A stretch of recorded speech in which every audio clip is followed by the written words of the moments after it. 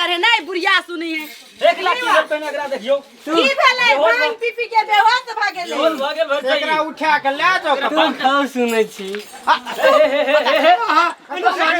पता ना रेतन झोट्टा उखाड़ ले मुहे मुहे जब बोलै छी तू अच्छा रे उठा ले चल बाबू ले ले खटू से खटा दटा देबे ये आ सब बाजा बजाओ नाचू गाओ हम सब ना चल निकला रामलाल भैया गो अरे फूलिया फूला कोरी गए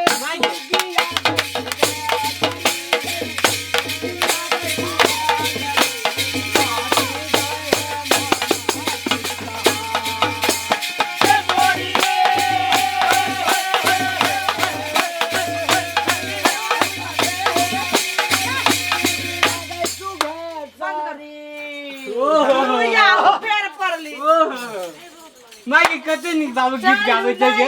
सुरा मुरी मोचरा के चलू ना ये सजन मा आंगन मा परल छिपी ने भांगे परल छिपी ने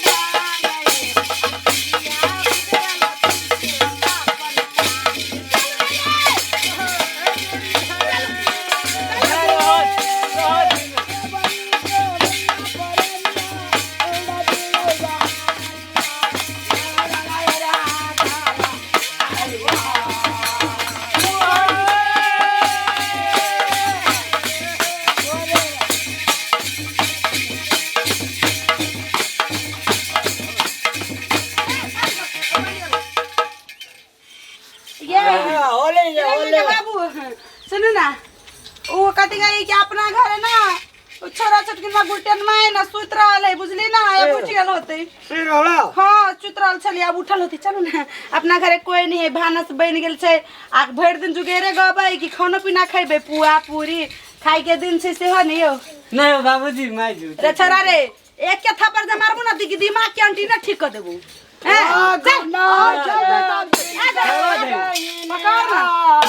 पकड़ ना फागुन क्या महीना गतनिया